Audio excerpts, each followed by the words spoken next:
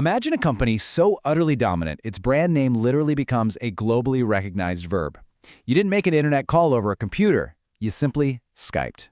Now, imagine that very same company, with a massive head start and billions in backing, entirely missing the single largest surge in video calling in human history. Welcome back to Learning with Pratik. If you're new here, I try to increase neuroplasticity by exploring a new topic every day.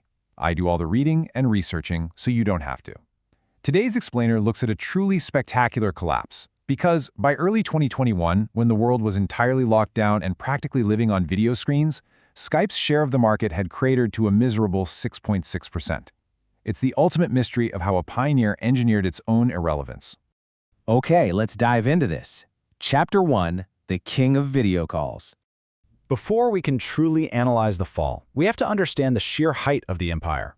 Launched back in 2003, Skype offered a revolutionary promise: free, easy-to-use voice and video calling. Its underlying peer-to-peer architecture was, frankly, brilliant for the era. It scaled globally with minimal infrastructure costs. By 2005, it attracted eBay for $2.6 billion, and it just kept growing.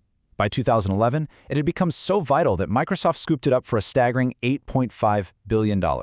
At this moment in time, Skype was untouchable. Chapter 2. Feature Creep and Tech Debt. But under Microsoft's massive corporate umbrella, the narrative began to deliberately shift. Microsoft wanted Skype to be the backbone of its entire ecosystem, an enterprise tool and a social network, all rolled into one. And this brilliantly illustrates the tension. On one side, you had Skype's original clean utility. On the other, corporate bloat.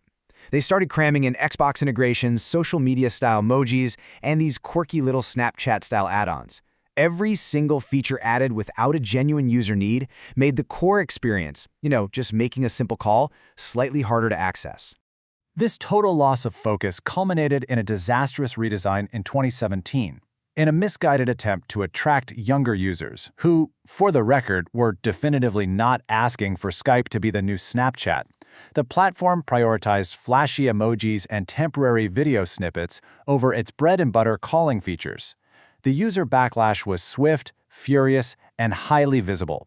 It plunged the App Store ratings from a respectable 3.5 right down to an abysmal 1.5 stars. As one prominent tech commentator noted, the whole thing lost the ease of use it used to have. It had become completely convoluted. But beneath that cluttered visual interface, technical debt was silently compounding. That brilliant peer-to-peer architecture from 2003? Well, it had become a legacy burden made of millions of lines of code. When Microsoft tried to shift Skype to a cloud-based architecture mid-flight, things broke. Dropped calls, severe lag, bloated memory usage. This became the daily reality for millions of frustrated users. Chapter 3. The Cold Start Problem. To truly comprehend why users abandoned Skype so rapidly when an alternative finally appeared, we have to look at the underlying mechanics of network effects. This brings us to a fascinating analytical framework popularized by Andrew Chen called the cold start problem. Basically, this is the steep initial challenge any new communication product faces. Think about it. If an app doesn't already have your friends or colleagues on it, you immediately churn. Without density, the network breaks and the product fails before it even has a chance to grow. Historically, this formidable barrier is exactly what protected incumbents like Skype. Now, what's really interesting about this is how Eric Yuan, a former WebEx engineer and the founder of Zoom, realized something profound about the architecture of video calling. As he put it, you just need two people. Zoom created an effortless atomic network. It didn't need your entire workplace to sign up on day one. It literally just needed one host who wanted to talk and one guest willing to click a link. It essentially became a battle of friction versus flow. Over the years, Skype had built a fortress of friction. Complex Microsoft logins, heavy software downloads, mandatory account creation. Zoom, on the other hand, was designed for pure flow, a simple one-click URL. No account needed. You just clicked a link in your browser, and boom, you were instantly in the meeting. Combined with a freemium model that offered 40 minutes of high-quality calling for free, Zoom systematically dismantled every conceivable barrier to entry. Chapter 4. Zoom and the Pandemic. Then came the arrival of the 2020 COVID-19 lockdowns. The entire planet was suddenly forced to work, learn, and socialize from home. It was a scenario tailor-made for Skype's historical dominance. But instead, the pressure test of the pandemic became its ultimate undoing. The data here is devastating. By early 2020, when the world desperately needed a frictionless tool, Zoom captured roughly 50% of the global market, Google Meet took 20%, Skype was left holding just 6.6%. While Zoom exploded to over 300 million daily participants, Skype's daily usage actually fell during the pandemic. The verb had officially changed. Chapter 5. Unraveling the Network. So we have to ask the obvious question. Where did Skype's hundreds of millions of users actually go? The digital communication market didn't shrink, it massively expanded. But it also heavily fragmented. Let's move on and see how this builds. Highly focused competitors carved up this great user exodus by excelling at single specific tasks. Consumers migrating to mobile went to WhatsApp. Professionals needing reliable meetings went to Zoom.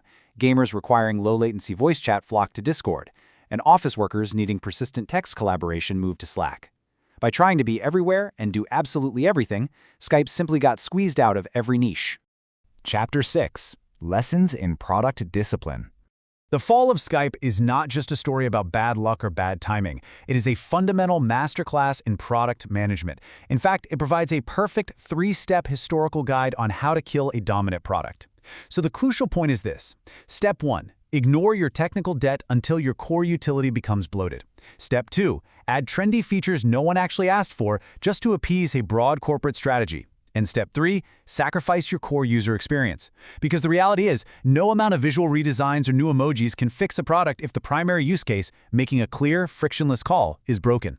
This brings us to the final timeline of its demise. Back in 2016, Microsoft launched Teams, effectively creating a modern internal competitor to its very own product. As Skype's market share plummeted, Microsoft made the inevitable decision to cannibalize its aging acquisition. After more than 2 decades, on May 5, 2025, Skype will officially shut down, and its remaining assets will be quietly absorbed into the Microsoft ecosystem. As we close the book on this iconic piece of software, it leaves us with a critical, lingering thought. Does the push for tech monopolies to bundle and bloat software inevitably kill the simple products we actually love? Let me know your thoughts down in the comments. Thanks for watching. Tomorrow, we open a different page. Until then, Pratik, out.